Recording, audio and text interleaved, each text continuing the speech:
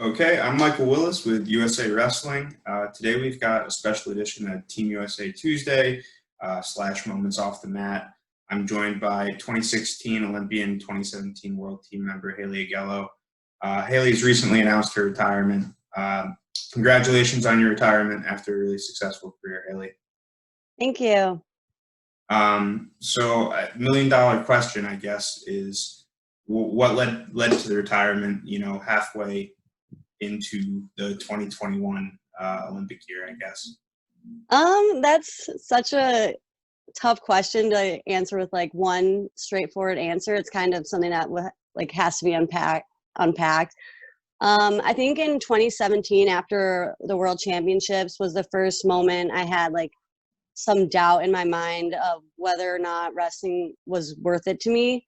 And then I just kind of had a support system that was like kind of pushing me to finish out the cycle and, stay committed to what I said I was going to do, wrestle out through 2020. And I think over the years, it's been a snowball effect of things that have happened, injuries, and just things within wrestling and within my own life that I was a snowball effect from that moment in 2017 when I was like, maybe these little sacrifices are things that I thought were little sacrifices before are turning into bigger sacrifices with age and just with what's important to me. So I think there's not really one answer to why. It's just that I don't want to train or compete anymore.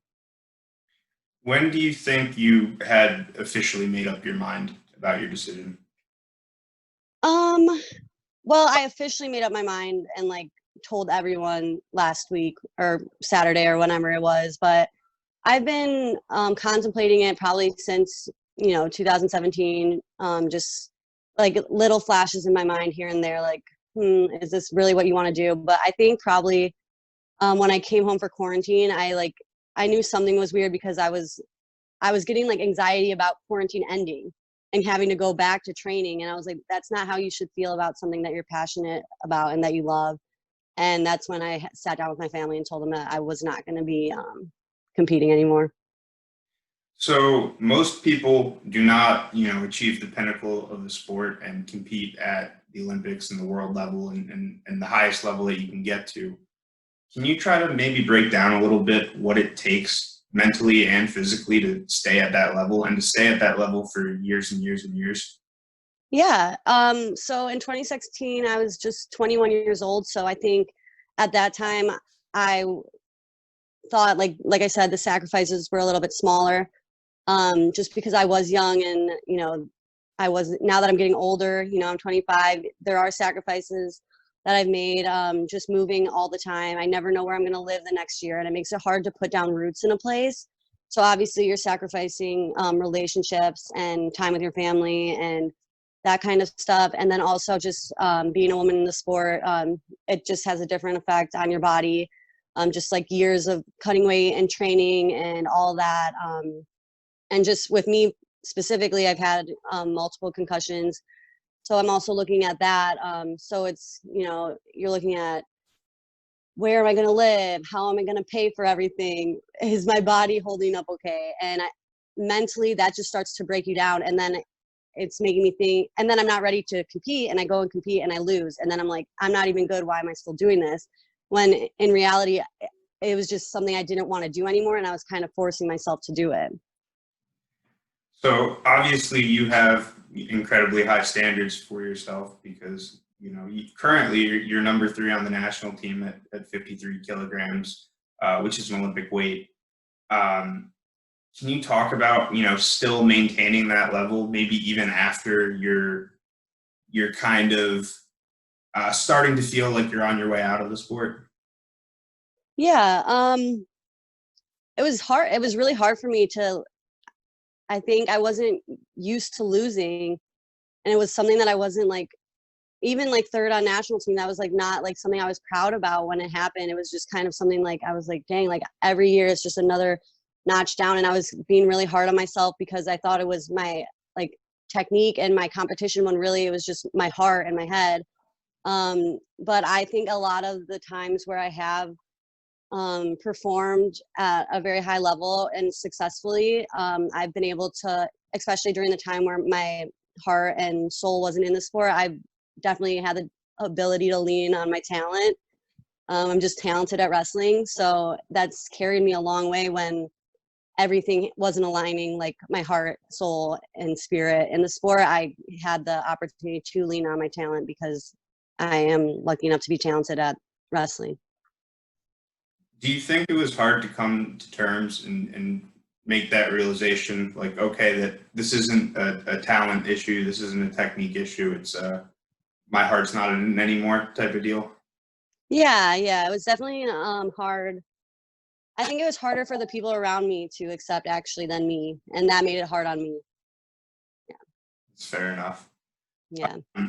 Was there anyone in particular that you're like, oh man, I really don't want to have to break the news to them? Yeah. My dad wasn't and isn't ready for this part, and it was hard for me to tell him. It's been a big staple in our relationship, so yeah, it was rough. Um, so I mean, you've been competing since you were a kid. You know, cadet world champ, made junior world teams. What, like, looking back at the sport, what do you think you're most proud of in your career? I think I'm most proud of just the way I've stayed true to myself throughout the years and to what I believe in, and using my platform for what I do believe in. And I think even as a younger girl, like transitioning into womanhood, I think always did a good job of using my platform for good and for what I believe in. And I think that's something I'm proud of, and I'm happy that wrestling gave me. How much has the sport changed, from when you started to where we are now in terms of women's wrestling opportunities, coverage, which I know, we're still working on. Yeah, we've definitely come a long way. I didn't even know, when I was in high school, I thought I was going to try to go make a D1 men's college team. Even at that age, I didn't even know that there was all these options out there. And so just from not even knowing that women's wrestling was a thing to now being part of it and have made multiple teams and have been able to hold clinics and see all the girls that are getting involved, it's come a long way.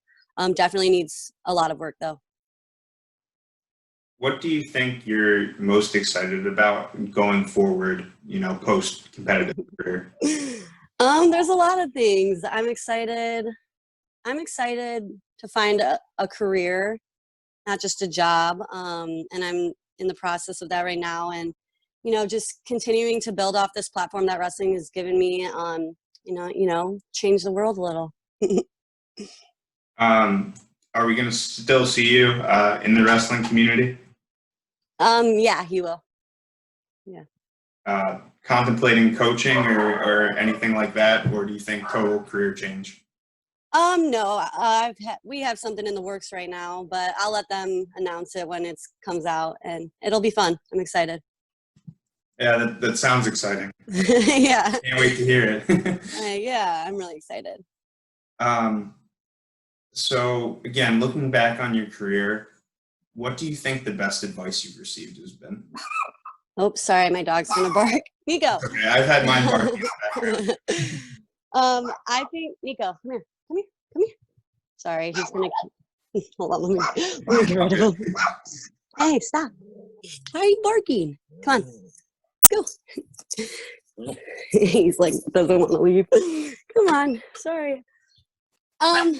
So the advice I would give, this is kind of the advice I've given throughout the years whenever I have advice to give to younger girls or even anyone really, is that if you really want something, I was just like a normal person. I was 21 years old, and there wasn't that many people that were like, yeah, you're definitely going to make an Olympic team. It wasn't like I had this whole crew of people that were like, oh, you're totally going to do it. So my advice would be that you can do anything you put your mind to. I know it sounds so cliche, but when you're young and you're motivated, you're powerful. And when you want something, you can do it if you put your mind to it and you just really just go all in with something. So similar vein, but is there a piece of advice that you received over the course of your career that really stands out to you? Yeah. So going into the 2016 Olympics, I was on the team with Adeline Gray, Elena, and Helen, and they kind of all three gave me the same advice at different times, and just like sometimes you have to take your training and your wrestling into your own hands, and it can be really easy to want to do everything that your coach says or everything that your parents say or everything that your team wants you to do, but there has to come a point where you take your career into your own hands. And I think that was something that I was still even working on up until, last week when I announced my retirement. So I think that was really good advice, and I was happy that they gave that to me, and it came full circle. So again, it sounds like you made the final decision last week. What did 2 weeks ago look like for you?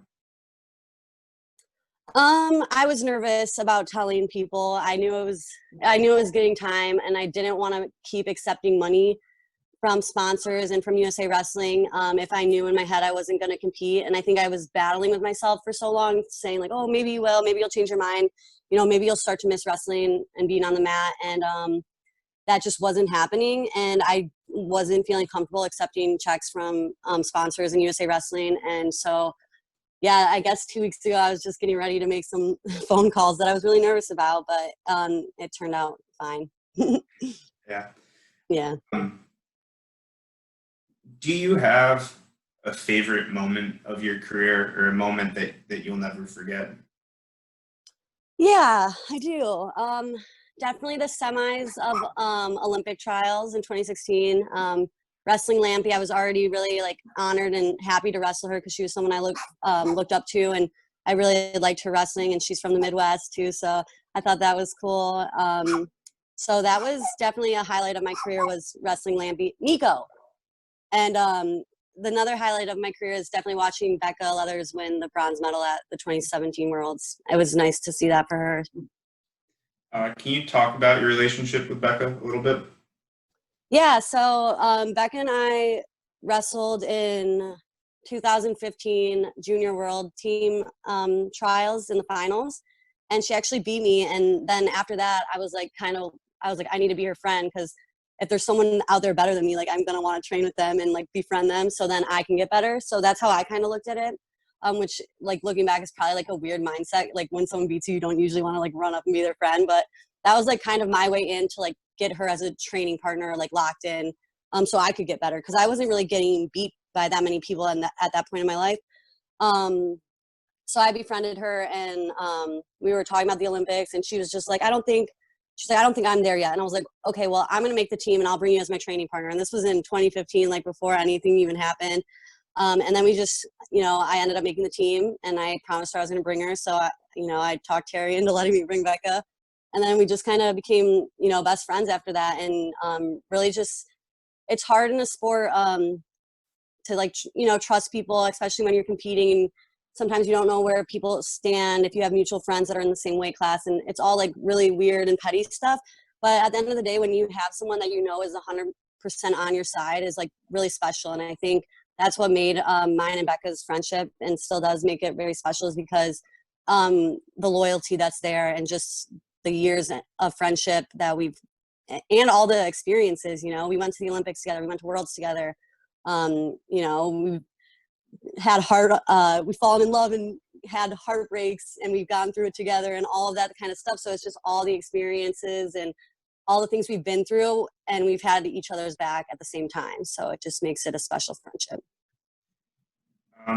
Wrestling is an incredibly tight knit community, but who are some of the other people that over the years you've really bonded with and forged strong connections with? Yeah. So one of the friendships that I'm really grateful for is my friendship with Allie Reagan. We were friends growing up. We were on a lot of the junior world teams together, and then we went to college and kind of just like weren't clicking. And and then in college, like, you're still growing as a person yourself. And I think we were both like just not really happy with the people we were, and we changed. And like over the years, we changed into better people. And then we like came together as friends, and we were like, it's been kind of crazy how we both like our friendship was important enough to come back to each other like years later after being on junior world teams together. So that's a really good friendship that I've made, and I'll continue to hold on to after this. Yeah, and then me and Aaron Golston have been working on our friendship a lot. I like the friendships that like take work, like that have not always been like super easy. So with Allie and Aaron, like those are people that I've had bumps in the road with in the past. So it makes the friendship even more special because you had to work harder at it. So looking back, you know, on your career, which I've said like 10 times in this interview, but looking back on your career, how do you want to be remembered as a competitor on the mat? I think I'll be remembered just as like the mean, aggressive one. And you know, that's just how I wrestled. It was a big part of my style. And I think that's what, you know, will go down with my legacy, and that's fine with me. Looking back on your career, are you satisfied? Do you feel a sense of pride and accomplishment?